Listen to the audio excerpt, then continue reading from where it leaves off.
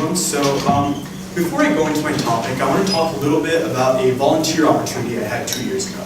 So 2 years ago, I was volunteering at a hospital in India, and this was primarily a cancer hospital, but they used to see patients on the side, usually from poorer backgrounds. They used to come in with various communicable diseases. And one thing that I noticed was that a lot of these patients were not being treated for the conditions that they came in for, but were rather being superficially treated for the symptoms they presented and were just being sent home.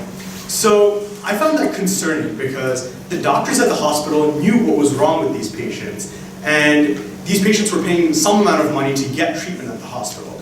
So I expected that the doctors would essentially be treating the root of the problem and trying to get to, provide the patients the treatment that they needed to be able to solve their medical problem in the long run.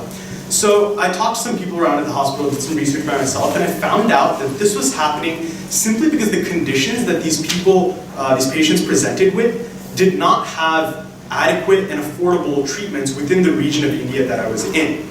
So 2 years later, when I came to Penn as a freshman, I learned through a club called MEDEX that the diseases that these patients were presenting with were actually part of a larger category of diseases called neglected tropical diseases, which is what I'm going to be talking about today. So, to start off, what are neglected tropical diseases? Neglected diseases are a group of 17 communicable diseases that are usually spread by parasites, viruses, and insect vectors that primarily affect the tropical and subtropical regions of the world.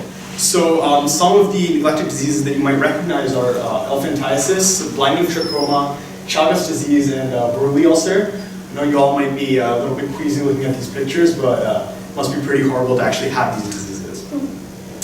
And so looking to their distribution around the world, like I said, these diseases primarily affect the tropical regions of the world. So you can see that they're concentrated within Africa, South America, the Middle East, and southern regions of Asia.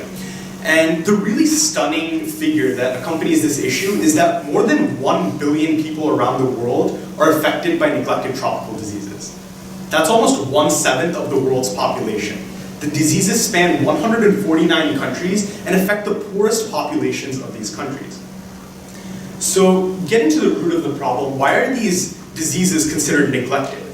Well, this is because people with these diseases can't get treatment for the conditions that they have simply because no treatments exist on the market that are affordable and accessible to the people that are in these poor regions affected by the diseases. That's because pharmaceutical companies can never make a profit on these drugs simply because the population that is affected by neglected tropical diseases is the poorest population, the poorest demographics of the world. So as a result, they would never be able to afford any of the drugs that pharmaceutical companies put on the market. Pharmaceutical companies would be operating at a loss for these drugs, so they never end up putting these drugs on the market, never end up funding research for these drugs.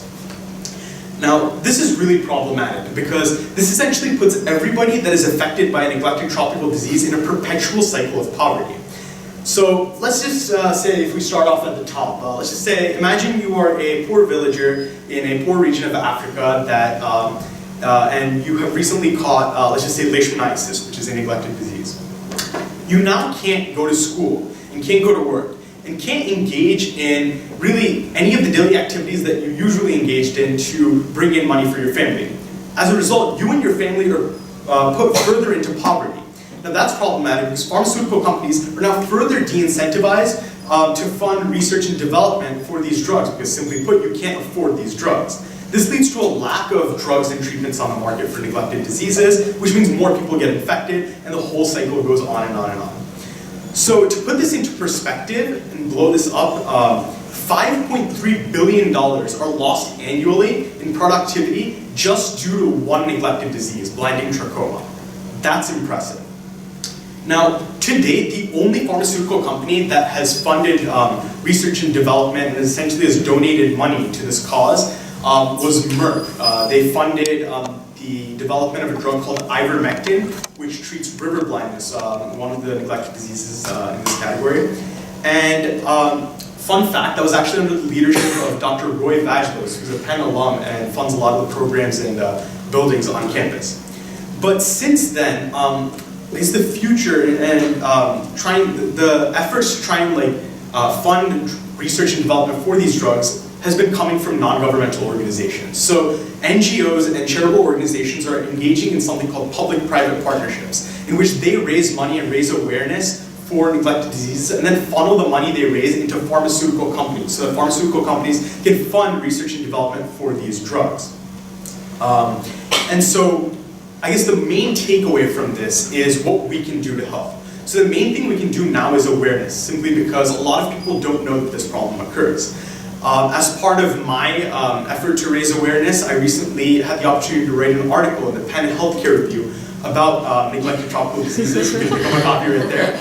And if you're interested, I definitely encourage you to read more. And so that's the big takeaway. We all should raise awareness. And if you want to learn more, feel free to read my article later. Thank you.